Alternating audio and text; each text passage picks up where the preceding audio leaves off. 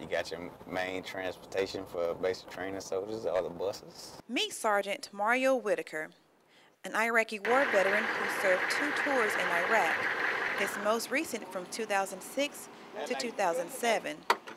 His last tour was his most traumatic. I had a bullet graze my neck, go right through it. Say about if it was about a centimeter to the left, I'd probably be dead right now. My best friend died or whatnot. We were shoulder to shoulder protecting the brigade commander who we worked for.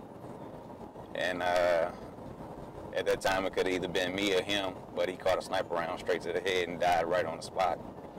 Dealing with these experiences was difficult for Mario. He became closed in, not wanting to deal with anyone or anything.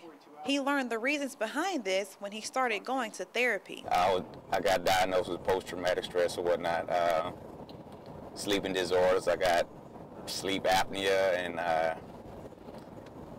at times I had been on medication for sleep depression or whatnot because I couldn't go to sleep. I wake up, sweating in the middle of the night because I was having nightmares, Psychologist Pete Lickett works on the Veterans Affairs Committee here at USC. He's dealt with and treated vets who have also been mentally affected by war.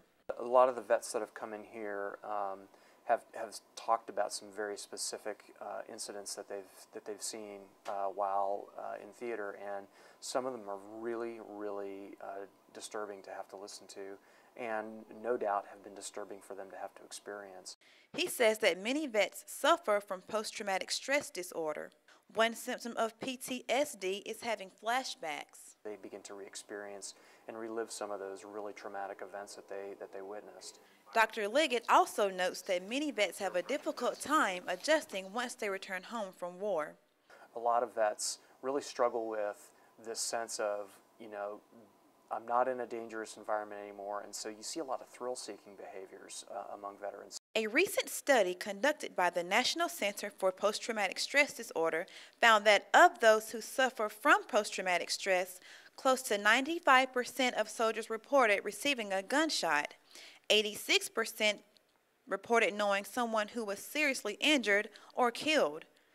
Nearly 70% say that they saw Americans who were seriously injured or dead, and over half say they handled or uncovered human remains.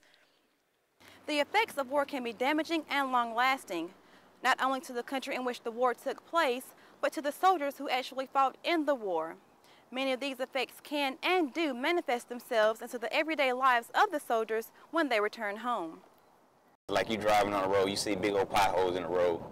That could be one effect, reason being because that's like over there, they bury their bombs in the road. Mario says that he's seen many of his friends turn to drugs and alcohol to cope with memories of war. But for the past year, he has turned to therapy.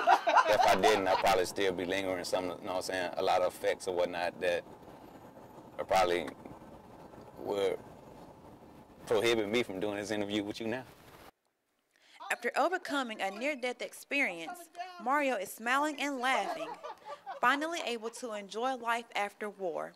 Sherelle Wright, Carolina News. Actually, that'd probably be their little video for them playing state. Be on the big screen.